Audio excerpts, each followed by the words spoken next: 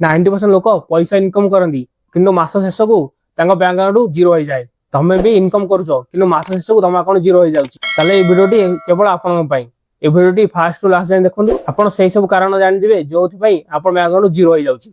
सत कथा है प्रोब्लेम इनकम रे नहीं, प्रोब्लेम होची आपण माइंडसेट रे। भलो इनकम करता लोक भी मास शेष बैंक अकाउंट जीरो हो जाए। जो मैंने कम सैलरी पाउछंती से भी लाइफ रे ग्रो करती। मेन रीजन कौन जानते? प्रथम रीजन होची प्लानिंग।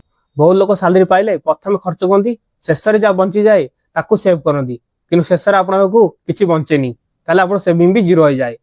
कि सही धनी लोक मैंने तार उल्टा करती, प्रथम सैलरी 20% सेव करती तापर जहाँ बचे ताको मंथली प्लानिंग करी खर्च करती। द्वितीय बजेटिंग नथिबा अमेजन फ्लिपकार्ट ऑफर देखिकी आपण इंप्रेस हो जाती आ शॉपिंग कर दियंती कि आपण केबे भाबी नथांती एई शॉपिंग जो करूची मु साकू मो लाइफ रे दरकार अछि कि नाही। तृतीय होची इमरजेंसी फंड नथिबा। जेबे भी आपण लाइफ रे मेडिकल इमरजेंसी आसीबो ताले आपण बैंक अकाउंट सबले जीरो थियो, सेठी आपण बाध्य होई लोन नेबे जोथि भी आपण सैलरी ऊपर प्रभाव पड़े। चतुर्थ होची फाइनेंशियल नॉलेज रो कमी।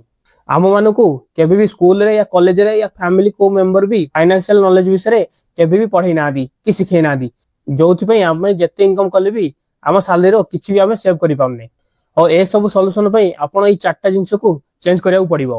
प्रथम तला आपण सैलरी आसले 20% आपण सेव करंतु, तापर जत्ते बंचुची ताको खर्च कर। द्वितीय हैला मंथली बजेटिंग करंतु, आपण मासु जत्ते खर्च करछन तार गोटे नोटपैड रे नोट करंतु। तृतीय हैला आपण मिनिमम 3 रु 6 मास रो खर्च को आपण इमरजेंसी फंड रे रेडी रखन। चतुर्थ हैला आपण इन्वेस्टिंग सिखंतु, पैसा को काम लगाया को सिखंतु। गोटे दिन आपण मन रखलु पैसा इनकम करे जति इंपोर्टेंट पैसा को सेव करिया, पैसा को ग्रो करिवा ताडू बेसी इंपोर्टेंट। जदि तुमे से 10% लोक भीतर आसिया को चाहूचो ताले आज तू ही ए सब रूल को फॉलो करंतु। आउ वीडियोटी जदि भल लागिथियो ताले वीडियोटी को लाइक सांगन सहित शेयर करंतु।